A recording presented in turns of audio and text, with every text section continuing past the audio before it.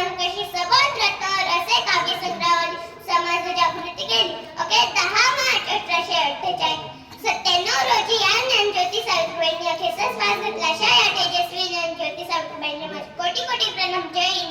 धन्यवाद.